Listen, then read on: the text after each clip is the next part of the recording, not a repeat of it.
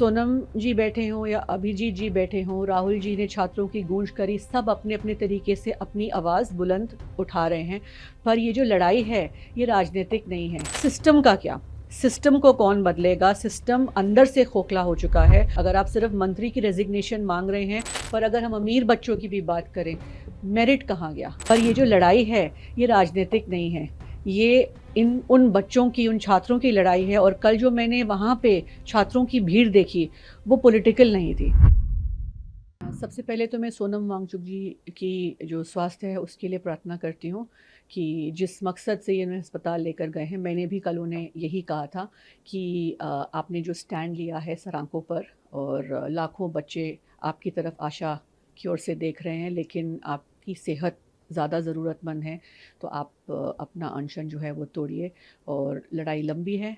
राहुल जी की कल हमने बात सुनी, गरीब बच्चों की बात करी, पर अगर हम अमीर बच्चों की भी बात करें, मेरिट कहाँ गया? अगर अमीर बच्चे भी पैसा देकर इस सिस्टम में घुसने की कोशिश करते हैं तो मेरिट जो मैं कहती हूँ हिंदुस्तानियों में भर भर के है, उन लोगों का क्या? बिल्कुल, हमने देखा है कितने बच्चों ने अपनी जान दी, कितने परिवार नष्ट हो गए, बर्बाद हो गए। जिस तरीके का प्रेशर बच्चों पे बनाए ना, इन सिर्फ नीट की बात नहीं, आप देखिए नीट देख लीजिए, यूपीएससी देख लीजिए, कितने पेपर पिछले कितने वर्षों में लीक हुए हैं। सीबीएसई के फ्लॉज देखिए, अभी रिसेंटली हमने हाल ही में बच्चे ने एक्सपोज किया, 12वें साल के बच्चे ने। तो भरोसा कहाँ है, अकाउंटेबिलिटी कहाँ है, जवाबदेही कहाँ है? चलिए पर्सनल जवाबदेही की बात करें, अगर आप सिर्फ मंत्री की रेजिग्नेशन मांग रहे हैं, ये तो सरकार की मर्जी है कि वो पर्सनल या व्यक्तिगत अकाउंटेबिलिटी, जवाबदेही कहाँ से मांगेंगे। लेकिन सिस्टम का क्या? सिस्टम को कौन बदलेगा? सिस्टम अंदर से खोखला हो चुका है।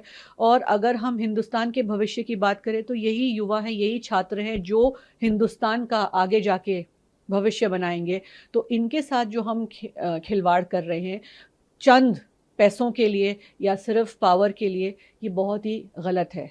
अब मैं एक पॉलिटिकल सवाल पूछता हूँ। जी। राजनीति तो आप बचपन से देख रही हैं। जी। जब तक सोनम वांगचुक बैठे थे भूख हड़ताल जी। पे, तब तक अभिषेक दीपके नहीं बैठे। जी। जब पुलिस ने उनको उठा लिया तो आज से वो भी आमरण अनशन पर बैठ गए। जी। बट उनका कॉल है कि 20 जुलाई 20 जुलाई को जो मार्च होना है जी। पार्लियामेंट तक, वो हम करके रहेंगे। तो क्या आपको लगता है, क्योंकि दिल्ली पुलिस डीसीपी कह रहे हैं कि भाई जगह को आप वैकेट करो, खाली करो। जी। हो सकता है पुलिस खाली भी करवाए, जी। लेकिन वो जिद पर बैठे हुए हैं कि हम 20 जुलाई वाली मार्च करेंगे। देखिए, मैं खुद कल साइट पे गई थी। मेरी व्यक्तिगत राय ये है कि सोनम जी बैठे हों या अभिजीत जी बैठे हों, राहुल जी ने छात्रों की गूंज करी, सब अपने अपने तरीके से अपनी आवाज़ बुलंद उठा रहे हैं।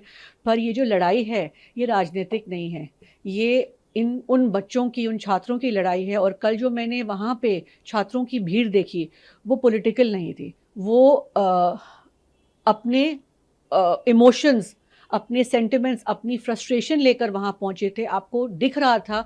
और धीरे धीरे जो लोग जुड़ रहे थे, चाहे वजह जो भी हो, पर उन्हें एक प्लेटफॉर्म जो मिल रहा है, आई थिंक वो ये जो है कि ये एक बड़ा इशू है। तो इसको हम राजनीतिक ना बनाएं, हम इसको सिर्फ एक ही नज़रिए से देखें कि चाहे आवाज़ कोई भी उठा रहा हो, राहुल जी तो कंसिस्टेंटली उठा ही रहे अगर आप कांग्रेस पार्टी की बात करें।